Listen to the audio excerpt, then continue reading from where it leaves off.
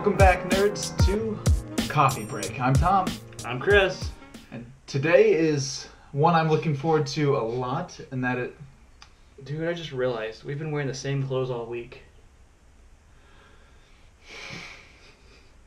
Oops. I mean, they probably wouldn't even notice, though. I mean, thanks for pointing that out, though. You're welcome. But, I mean, I knew something smelled weird. I figured that was just you. But this is bad. I've been drinking the same cup of coffee all week, too. Yeah, coffee. That's definitely what I have in this cup. Okay, so as you guys who can read know by the title screen, this is going to be our top 10 Marvel movies. Now, we kind of talked about what we wanted to do, if we wanted to just do a collective top 10, but I figure it's more fun if we both give our own top 10 list. Yeah. Because we like different things. We're different people. You know, we're individuals here. So. Thank the Lord, we are different I know. people. I'm glad I'm not like this guy. I could not be Chris. So, anyway, so how do you want to do this? Who do you want to go first? I would be happy to start with this list Okay. that I put a whole lot of time into. But we both, I mean, we know each other enough that I'm sure some of these are going to be similar. But I want to point out, this is not Marvel Cinematic Universe alone. This is everything. Marvel movies. From the Affleck Daredevil to, you know, Avengers. It's everything you can think of. So there may be stuff we're missing that we just don't know, because there's a lot of Marvel movies out there, but from what we put together, our personal favorites that we enjoyed. And we'll spend a little bit of time on why we enjoyed them, but we don't want to delve into 20 movies on why we like, because that would take forever and probably bore you guys. Also, let's just point this out. This is our list.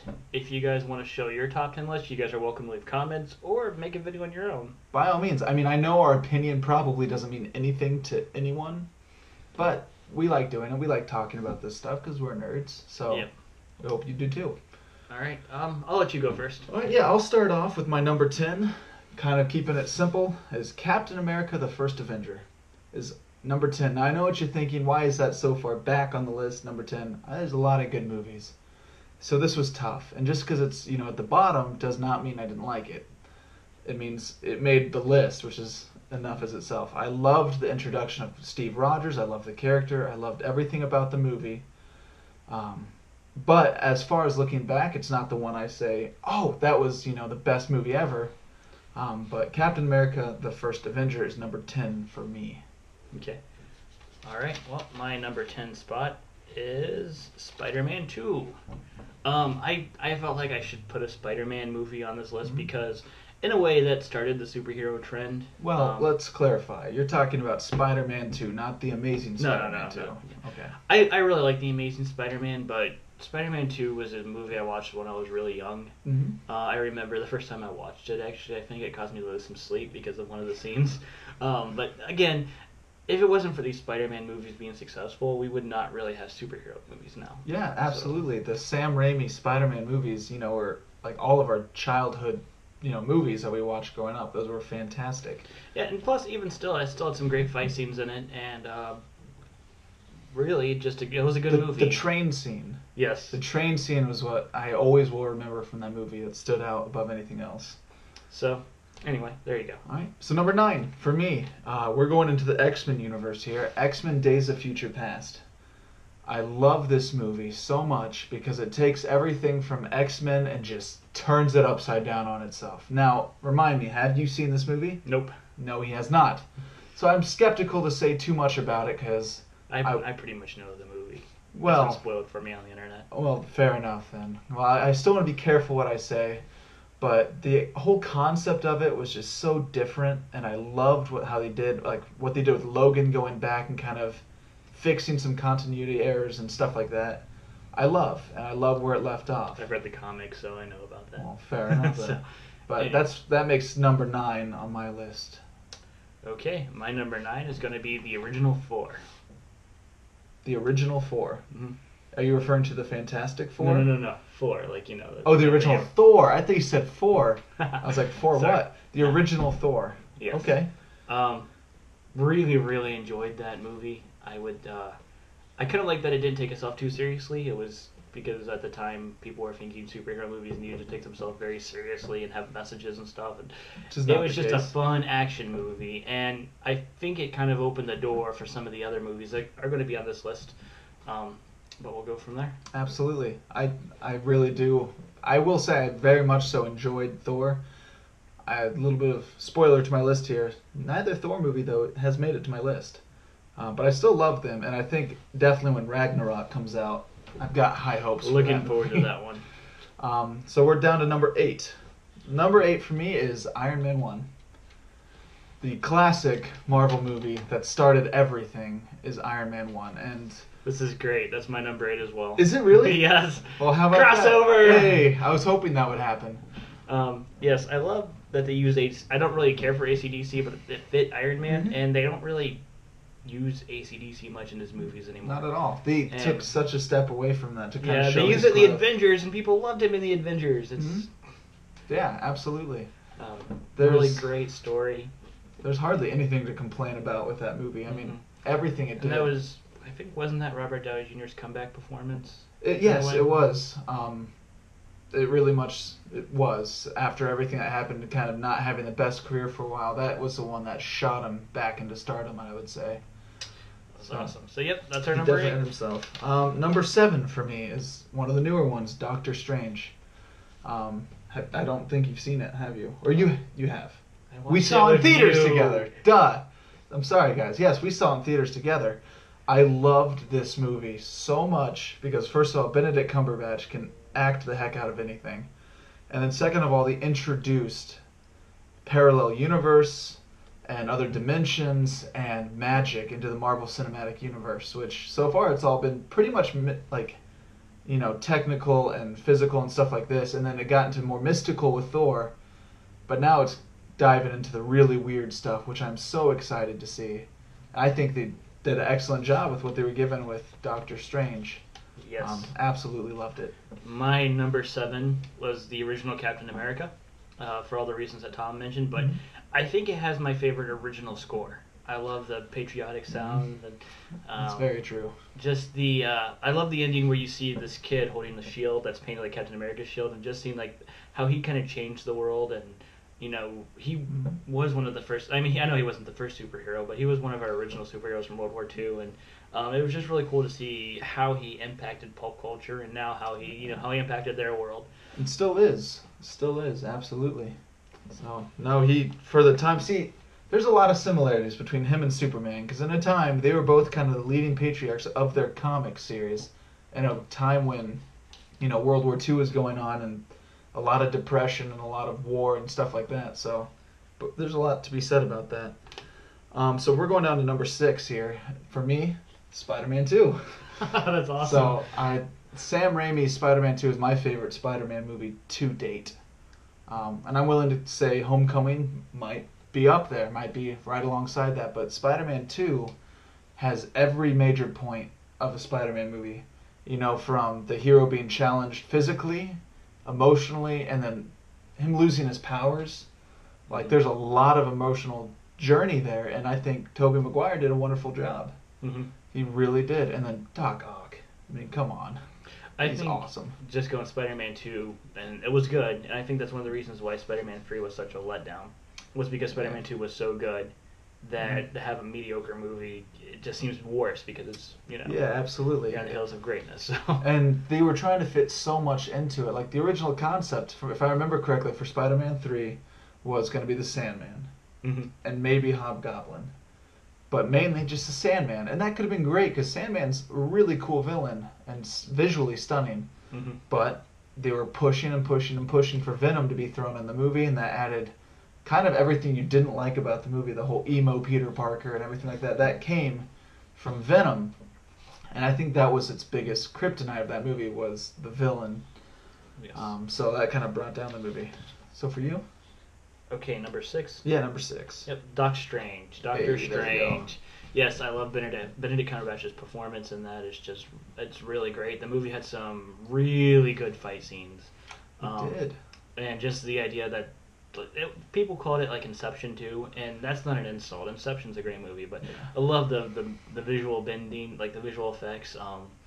Really just great way to handle it. All around good performances. Really, an okay villain, but Well, I think one of the best parts for me about that movie that I didn't mention was how original the last fight was. yeah, yeah. I've never seen anything like that before. I've come to bargain. I've come to bargain. Dormammu, yeah, it was phenomenal. Yeah. And I've never seen anything like that before. So I absolutely loved how new that was and how refreshing. Okay. Number 5, the big daddy of all Marvel movies, Captain America: Civil War. What's your number 5? This is my number 5. Okay. It is. I'm telling you, I absolutely love this movie. I really do. There's so much to like about it. Are you wondering why it's not higher on my list? I can guess why. So. Well, yeah, and the rewatchability of it is kind of the biggest thing for me why it's not higher. You know, I will pick up that movie any day and watch the airport scene over and over and over again because that's for me the best part, and it has such emotional scenes. It's a phenomenal movie. But again, I don't really know what to say because I don't want to say anything bad about it because it's number 5 on my list. I love this movie. But Well, let's say this was the first movie that actually gave the people a reason to fight, because it seems like they fight all the time, and now they actually had a good reason to fight. And it made it very real. Yeah, absolutely. I hated picking sides. That was I picked a side. It was so easy. Well, picking Captain America, and we both picked Captain America, and it was easy. You don't want to see, you don't want to see someone like that fight. You don't want to see him split up, and I mean, you do, but Robert you don't. Downey Jr. nails his part in that movie. Oh my goodness, does he ever? Whoa! What was that? Again? Really? Battery must have died or something. Yes. Number 5 for me. There we go. Alright, number 5. The Avengers. The original Avengers. Love this show. I really liked it. Well, it was Marvel's make or break time. Mm-hmm. That's when Marvel was either going to continue on and make all these awesome movies that they've Absolutely. made since, or they were going to fail and crash and burn. And they pulled it off. They And did. a really great job. Absolutely. There was so much to love about this movie. Which is why, falling to my number 4, is The Avengers. You probably could have guessed it. Absolutely wonderful movie. I was remembering, I've never been so excited for a movie in like all my life besides this movie. Because I remember seeing after the first Avenger, Captain America, the brief little tease they had in theaters for Avengers. I was pumped. I lost my mind. I freaked out because I was so excited to see this movie. And sure enough, they did it, and it worked so well. Yes. Okay, and my number 4. Do you want to guess what it is? I'll never guess. I'll never guess. Mm-mm. I think Elektra, Oh yeah, that's totally it. How'd you guess? or the very, very old Fantastic Four. But one of those two. No! Again? Stop! Like, what is going on? I'm sick of that. Anyways. My number 4 is going to be Big Hero 6. Now, Big Hero 6. yes. Okay. Now, one of the Do tell. reasons why is because it's a fun movie, and people forget that it is a Marvel movie. I mean, it has a Stan Lee cameo. That's very true. Still quality right there. But I just really like the characters. I like how it's very out of the box and different, and I really like how they make you care about a robot. Yeah, Baymax, right? Baymax, yep. Now, I've only seen that movie like once. I hardly remember it at all, but I remember a few things about it. Like San Francisco or something like that. San Tokyo. San Francisco. Yeah, it's Yes. that. I mean, it seemed like a really fun movie. I just need to rewatch it again. Yeah. Well, there's one scene that I really like where Hero finds out that this teacher killed his brother, and the way they film it is very well done. Like there's a build up of tension, and Heroes goes back to after the bad guy escape. Hero goes back to his garage to fix the robot so they can go out and kill this guy. And there's just a lot of tension, and then it's like the way they relieve it's just really well done, very well shot. And then at the end, I actually kind of cried a little bit when I thought Baymax was dead. It got good reviews, right? Mm-hmm. Yeah, very well liked. It's better than Frozen. Hey, that's the truth. All right. Number 3 for me, I'm cheating. Okay. I actually have 2 movies here in the number 3 slot. It's funny because I'm cheating in my number 3 slot as well. So. Okay, all right. Well, this is very new. This is recently added because number 3 is Guardians of the Galaxy 1 and 2.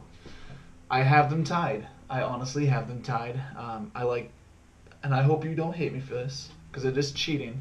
That's okay. But number 3 on my list are the Guardians movies. These movies are so much fun, are so hilarious, and packed with so much character, adventure, story, all of it. The first one does so well in certain areas, and what it misses, the second one makes up for, and vice versa. They work off of each other so well. The continuation. If you haven't seen our review on Guardians of the Galaxy 1 and 2, please go watch that now. It'll be here. It'll be somewhere. Yeah. I don't know where. It'll be somewhere. Covering up this spot. Oh, if you guys are smart enough in editing. So those movies by far, I love all the characters. I don't have a problem with those movies. They're fantastic, and they play off of each other very well. And I think honestly, the reason why I like them so much is the rewatchability. Like, I can watch those movies any day and not get bored of them. Now, of course, the second one has only been out for a couple days, but I have very high hopes on it that I'll probably never be sick of it because it is a phenomenal movie and absolutely hilarious. These movies would be on my list, except I like to give things some time to sink in just to make sure I'm not just enjoying the hype. So yeah, he's weird. Yeah, no, I am. So anyways, that's a disclaimer about this. If you watched our review, then you would know that I just watched the first one, and then I watched the second one. So I really liked them. But my number 3, I'm cheating as well. Okay. Because it's a TV series. It's Daredevil. Okay, well, I guess we didn't really make that clear that it's just Marvel's, but I guess I'll let that one go. Because that is a good pick. Somebody described Daredevil as like a 12-hour Dark Knight movie. You know, the Dark Knight. Yes, and I would agree. They set it up so well. It has some of the best fight scenes I have ever seen. Some of the best ones are one take. That's true. The stairwell scene, if I remember correctly, that was like my favorite thing I've ever watched in those TV series. Now, I'll be totally honest, I haven't seen season 2. I started it, and I got up to where the episode that introduced Elektra, and that's where I ended. Because I was at college at the time, and I just did not have the time to finish it. You need to go finish it, because season 2, man, it introduces the Punisher, and it's Well, I remember seeing the Punisher in it. You haven't seen him in action, though. Really? Okay. Yeah. It's some of the coolest scenes are from the Punisher and Daredevil, and then again, just very good storytelling, very good characters. Daredevil, definitely. I love this show so much. Okay. Understandable that it's up on that list. Number 2, Logan. My number 2 pick is Logan. Now this is another movie me and him saw together, and we both have our opinions on this movie. But for me, if besides Captain America, my favorite Marvel character is Wolverine. I've always loved Wolverine. Everything about him I love. And how he kind of breaks the traditional hero, and he's more of an anti-hero at times without going as far as Deadpool. So he's kind of right there in the middle. And yes, it was very gritty, it was very dark, it was rated R. But what a way to go out. I mean, it was quite the way to go out. You probably hate me for this. It's your list, man. It's my list. I loved this movie. I will say maybe there was a few things that they didn't need to add, but they did to show off that it has that big old R. Rated on R, it. yeah. But I absolutely, and something stuck out to me that made me love this movie even more, and that's if you go back to the Wolverine, the movie that takes place in Japan, and which you haven't seen, which I'm scared to say something now because I don't. Go ahead. It's not really spoiling, but there's a part in it where the girl that's in the movie, she can foresee the future. She can see ahead in times, kind of. She's not, it's weird how they explain it. But there's a part in it where she says, Wolverine, I've seen this. I see you die, and you're holding your heart in your hand. And there's a part where he's going into his chest to take something off of his heart, and she thinks this is where he dies, and this is how it ends. But in reality, and Logan, when he dies and he's holding his daughter's hand, that is the vision she saw. That was what she saw, was him dying holding his heart in his hand. And that was confirmed by the directors too, that that's what they were going to play up to. I just thought that was so sweet. And then to see where he's come from, a cage fighter in Canada, he doesn't love anyone, he has no ties, he doesn't care, he doesn't know who he is, to being the character he ends with. And it's just such an emotional ride. And for me, it's different because I've followed him every step of the way. I've seen every movie multiple times, and I love this character. Hugh Jackman is ridiculous. He really is. He's phenomenal. And then played off by Patrick Stewart, who was a phenomenal actor in that movie as well, followed by the little girl. I loved everything about that movie. And it was by far the most emotional Marvel movie for me, up to date. I think I'll have to make a separate video sometime explaining why I really didn't care for Logan. It's a good movie in its way, and if you like it, that's fine. Like, I don't get mad at me because I have different tastes than you. But I'll go into my details about that later on. But that's good. I understand why it's on your list. Okay, I'll say I understand it. Yeah. So, anyway, my number 2 is Civil War. For me, I actually instantly rewatched this movie like the next day. My wife and we watched it together, and then we waited till it came out on DVD, so I watched it again. I love how they set it up. They explain why everybody takes their side. It was cool seeing Iron Man grow. Like, Robert Downey Jr. was trying to take, or Tony Stark. He does such a good job. I often mix, I use the two. You can't tell between the two. Right. Tony Stark does a great job at showing like that he wants to be responsible, and even though he's caused a lot of the problems, Ultron, that was a minor hiccup. Yeah, not a big deal. He's trying to like make it right, and you see that weighing on him, and it makes sense. The sides, like it's not like the Civil War was mishandled in the comic books so badly, and the fact that the movie actually did it right impressed me. Yeah. And the idea that, like, yes, everything's going to be okay, but you still see some permanent damage to the team. And I hope they play that up and show that they're not fighting together, like, as one as they have before.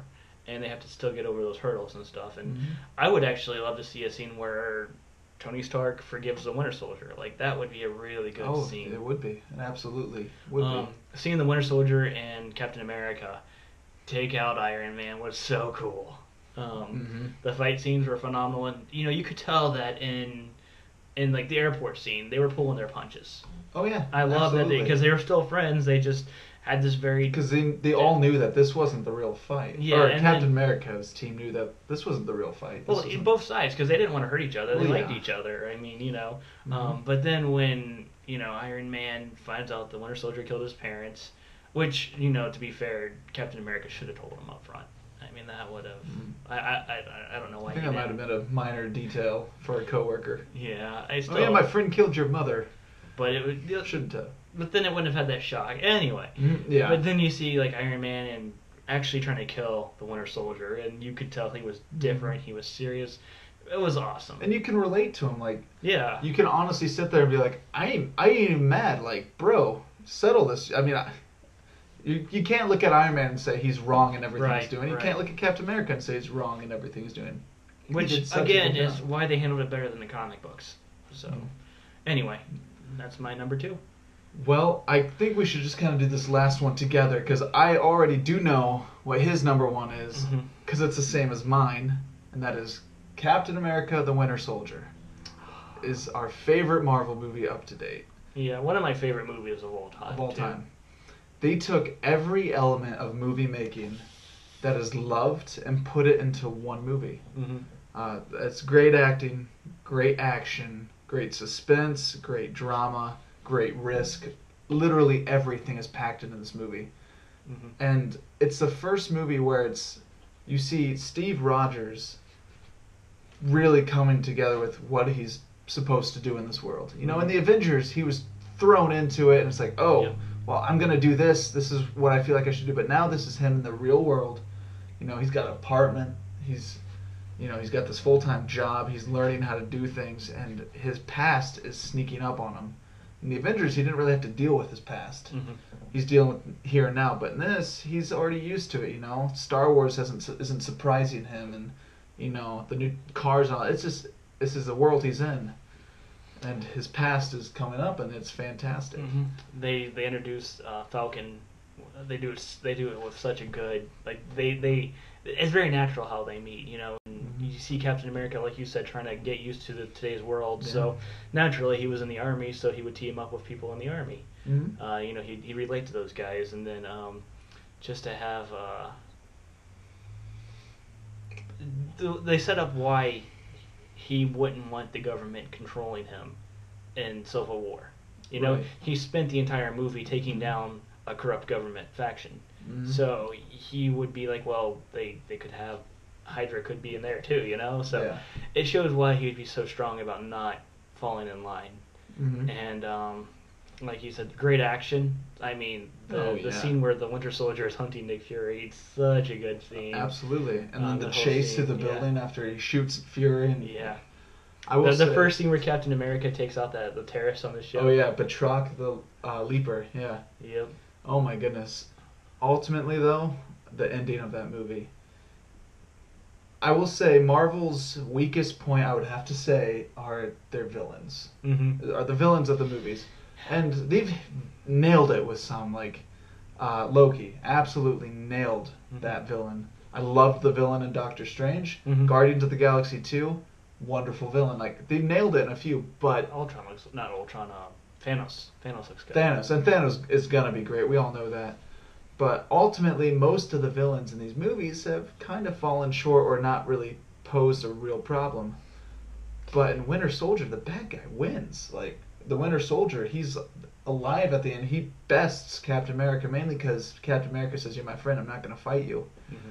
But ultimately, you don't know where Bucky is. And also, kind of going into your interesting fights, it's not like he just overpowered Loki. You know? He just says, "Okay, I fulfilled my mission. I saved the world, so I'm not going to kill you." You know, mm-hmm. And that shows Captain America's loyalty. Yeah, absolutely. Which again shows you why he would do what he did in Civil War. So. Mm-hmm.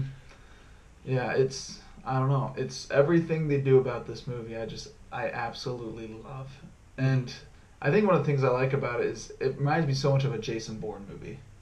Yeah, it was a political movie with superheroes, and it works. Mm-hmm. It works very well. So it's like Mission Impossible meets Jason Bourne meets James Bond meets Captain America is the Winter Soldier, and absolutely loved everything about it. Mm-hmm. Okay, so that was our top 10 list of Marvel movies. I hope you guys enjoyed it. Remember, you saw how different our lists were.